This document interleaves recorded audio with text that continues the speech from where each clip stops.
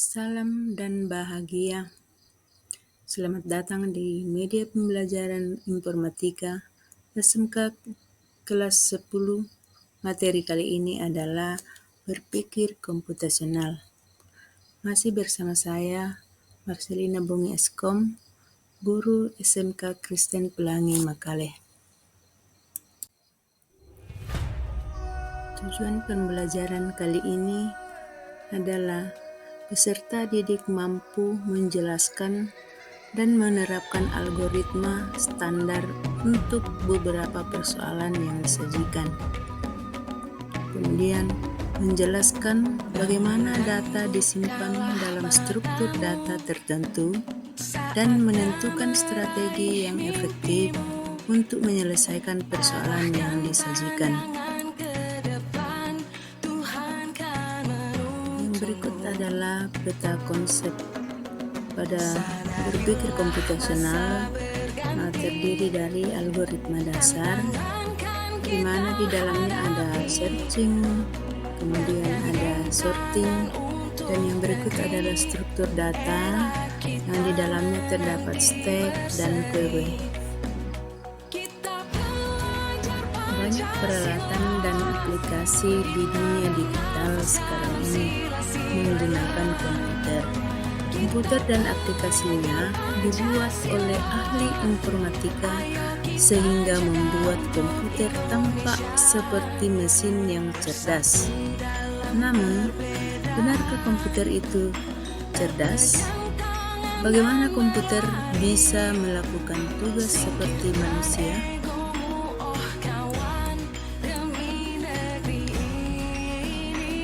Dalam kehidupan sehari-hari, pasti kita pernah mengalami masalah. Apa yang kita lakukan ketika kita mengalami permasalahan? Apakah lari dari permasalahan tersebut? Atau menghadapinya, mencari solusi? Apabila kita menghadapi sebuah permasalahan, tetapi tidak tahu bagaimana cara menyelesaikannya, hal itu karena kita tidak tahu bagaimana cara berpikirnya. Berpikir komputasional mendukung dalam memecahkan sebuah permasalahan. Dalam kehidupan sehari-hari, berpikir komputasional ternyata memiliki peranan yang sangat penting. Oke, untuk lebih jelasnya kita akan melihat penggalan video berikut ini, di mana pemanfaatan robot dalam penjualan. Jus buah yang diracik tanpa tangan manusia.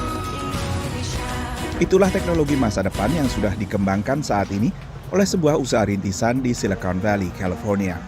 So Blended is a completely autonomous and contactless robotic kiosk that prepares healthy, fresh, and delicious smoothies that you can customize to your taste. Dulu teknologi seperti ini mungkin dianggap barang mewah, tapi di era pandemi dan pembatasan sosial, semakin banyak perusahaan meliriknya. Lalu peracik salad Sally yang dikembangkan Chowbotics juga laku keras. Penjualannya meningkat 60% sejak Maret. I think the advantage is that you can really push Sally to do things that you would never find in a traditional salad bar. Pemesanan datang dari rumah sakit, rumah lansia, hingga instalasi militer. People are concerned with human beings being involved with their food and the spread of disease, so if you can eliminate human beings from the equation in some way, shape, or form and replace them with robots, people tend to feel safer. Sementara bagi penggemar burger, Miso Robotics mengembangkan Flippy, robot yang bisa memasak burger, kentang goreng, dan makanan cepat saji lainnya. Robots offer safer cooking environments. They keep speed and production going, especially when you're in a reduced staff environment. Sebelum pandemi, Miso Robotics menjajaki kemitraan dengan jaringan restoran waralaba White Castle. Begitu pandemi memaksa penutupan restoran, rencana ini mendapat momentum baru. And it's actually something we don't view as a replacement for workers. We look at it as an empowerment for the team because it helps us free up our heart for hospitality. COVID mempercepat otomatisasi di sektor manufaktur dan bisa juga mempercepat tren yang sama untuk sektor kuliner. Pada awal pemberlakuan PSBB pada Maret, restoran umumnya masih dibolehkan untuk melayani pelanggan, hanya untuk layanan dibungkus dan dibawa ke rumah. Tapi dengan ini pun restoran sudah rugi besar, bahkan ada yang mengaku rugi 75%. Lalu restoran berangsur dibuka dengan pelonggaran PSBB. Meski belakangan dengan lonjakan jumlah kasus positif COVID-19 di berbagai wilayah, berbagai negara bagian mulai kembali membatasi restoran, termasuk diantaranya California. Buka tutup maju mundur ini membuat pelaku industri restoran memikirkan segala alternatif. How do they compete with restaurants who are basically becoming these kiosks themselves? So, to me, the value proposition kind of works, but I'm still skeptical that they'll be very successful. And if they are, they'll be successful during the pandemic, but will go away just as quickly as they popped up. Selain itu, mahalnya harga robot dan biaya perawatan juga menjadi penghalang. And when we automate away the act of cooking, preparing, presenting, sharing food, I deeply believe that we lose a lot that's inherent to that meal, to that experience, and to what it really means to feed and be fed. Pasar bagi robot kuliner pun masih labil. Restoran layanan mandiri tanpa kasir pizza misalnya, akhirnya tutup. Sementara pembuat robot pembuat pizza, Zoom, akhirnya juga menghentikan produksi robot dan beralih ke pembuatan alat pelindung diri. Dari Washington DC, Nurul Purbadi, VOA. Nah, sistem komputer pada hakikatnya meniru dunia ini untuk dijadikan dunia digital, sehingga bisa membantu atau menggantikan manusia dalam pekerjaan-pekerjaan yang sulit maupun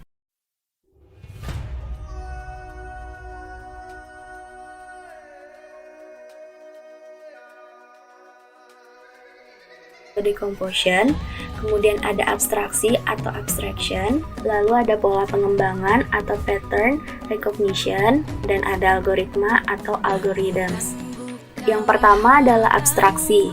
Abstraksi adalah proses untuk memperoleh intisari dari sebuah objek, menghilangkan kebergantungannya pada objek-objek di dunia nyata yang pada mulanya mungkin saling terkait, dan memperumumnya sehingga ia memiliki terapan-terapan yang lebih luas atau bersesuaian dengan penjelasan abstrak lain untuk gejala yang setara.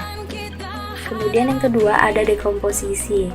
Dekomposisi ialah memecah masalah menjadi lebih kecil sampai ke pokok sebuah masalah sehingga kita bisa menyelesaikan suatu masalah tersebut dan dapat menyelesaikannya satu persatu dan mengidentifikasi perbagian dari mana masalah itu datang. Yang ketiga ada pola pengembangan, yaitu mencari pola yang biasanya di dalam sebuah masalah terdapat pola-pola tertentu untuk memecahkannya. Nah, di situ kita dituntut untuk mengetahui sendiri bagaimana pola dari permasalahan tersebut. Kemudian algoritma. Algoritma dalam mengembangkan petunjuk pemecahan masalah yang sama secara step by step, langkah demi langkah, tahapan demi tahapan sehingga orang lain dapat menggunakan langkah atau informasi tersebut untuk menyelesaikan permasalahan yang sama. Nah, contoh yang paling mudah dalam kehidupan sehari-hari adalah pemecahan permasalahan untuk memasak nasi dengan menggunakan cara berpikir komputasional. Jadi memasak nasi pun juga melibatkan computational thinking. Yang pertama, misalnya di dekomposisi. Dalam memasak nasi, kita tentu harus memecahkan terlebih dahulu masalah yang besar menjadi masalah yang kecil. Seperti menyiapkan beras, air, tempat nasi, dan juga rice cooker. Kemudian, ada pengenalan pola.